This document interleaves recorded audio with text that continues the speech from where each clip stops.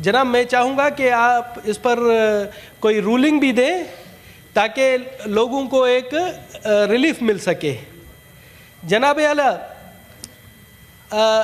جس طرح سے ہمیں بھی پتہ ہے، آپ کو بھی، کہ آپ نے بھی کہا کہ رمضان شریف کا مقدس مہینہ چل رہا ہے.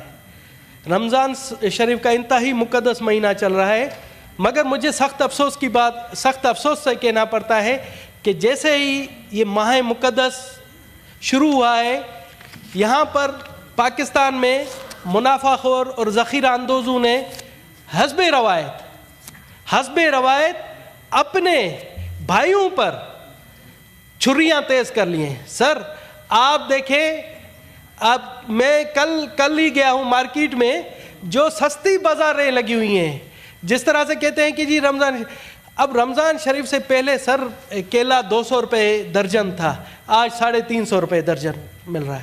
سر اسی طرح سے سیب کی قیمت جو 300 روپے تھی، آپ ماشاءاللہ آپ کے سیب کے باغات ہیں، 400 روپے درجن مل رہا ہے.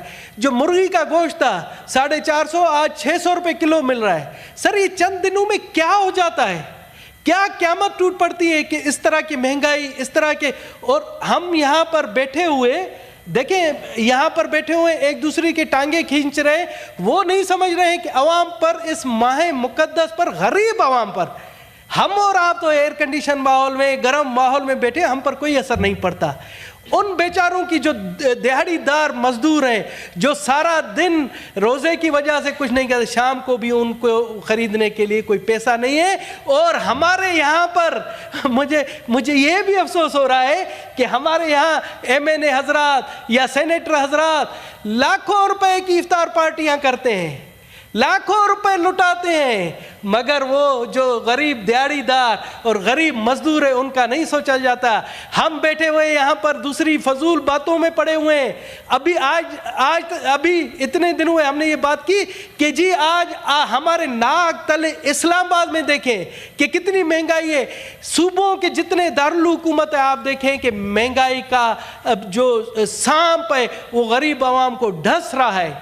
اچھا، میں جب بات کرتا ہوں تو پتہ نہیں کیوں کہتے ہیں کہ جی یہ غیر مسلم ہو کر یہ بات کر رہا ہے. میرا دل جلتا ہے سر، میرا دل جلتا ہے. میں جب دیکھتا ہوں میرا دل جلتا ہے کہ یہ کس قسم کے انسان ہے کہ اس ماہ مقدس میں بھی باز نہیں آ رہے.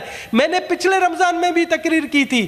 اب میں آپ کے توسط سے، میں اب اپنے مسلمان بھائیوں کو، پاکستانی بھائیوں کو نہیں کہوں گا، میں آپ کے توسط سے، اس فورم کے توسط سے، میں پاکستان کی اقلیتی برادری سے اپیل کرتا ہوں، پاکستان کی اقلیتی برادری سے اپیل کرتا ہوں کہ جہاں جہاں ان سے ہو سکے اپنے مسلم بھائیوں کے رمضان شریف میں ان کو ریلیف دینے کے لیے سستے بچت بازار لگائے، اپنے دکانوں میں منافع کم سے کم کر کے مسلمان بھائیوں کو اس موقع پر فائدہ پہنچائے، اور تاکہ ان کے اس انداز سے ہو سکتا ہے کہ ہمارے مسلم بھائیوں کے دل میں بھی رحم آئے اور اپنے بھائیوں کو وہ ریلیف پہنچا سکے. سر اگر اور میں سمجھتا ہوں کہ یہ جو نالائکی ہے، نااہلی ہے، جو مہنگائی پر قابو نہیں پا رہے ہیں، اس میں تمام ہم جتنے حکومتی ممبران ہیں وہ تمام کے تمام اس کے ذمہ دار ہیں، بشمول میرے. سر میں بھی سمجھتا ہوں کہ اس گناہ میں میں بھی برابر کا شریک ہوں. کیوں ہماری ضلعی انتظامیہ سوئی ہوئی ہیں؟ کیوں اس ماہ مقدس میں وہ باہر نہیں نکلتے؟ کیوں وہ ذخیرہ اندوزوں کے خلاف کارروائی نہیں کرتے؟